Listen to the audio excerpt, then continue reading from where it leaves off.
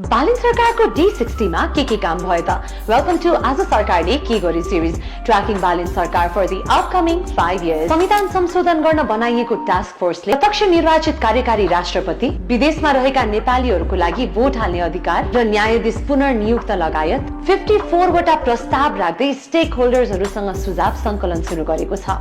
त्यस्तै कान्समा जुरी प्राइज जितेर फर्किएको एलिफेन्ट्स इन द फक टिमलाई सरकारले भव्य स्वागत गर्दै 2,50,000 रुपैयाँ बराबरको पुरस्कार दिने निर्णय गरेको छ। त्यस्तै हुलाक मार्फत सरकारी कागजातहरू घरमै पुर्याउने सरकारी कुरियर सेवा अब 60 डिफ्रेन्ट डिस्ट्रिक्ट्समा विस्तार गरिएको छ। सरकारी सेवालाई डिजिटल र व्यवस्थित बनाउने प्रयास स्वरूप पासपोर्ट, लाइसेन्स जस्तो डकुमेन्ट्सहरूलाई घर घरमै पुर्याउने जस्तो काम फास्ट ट्र्याकमा लागेको छ। त्यस्तै सरकारले अहिले चर्किएको बाजुरा हुम्ला बोर्डर डिस्प्युटको लागि टेक्निकल स्टडी गरेर रिपोर्ट बुझाउन समिति गठन गरेको छ। So that was all for today's episode र अरु अपडेट्सको लागि चाहिँ भोलि भेटौँला है त।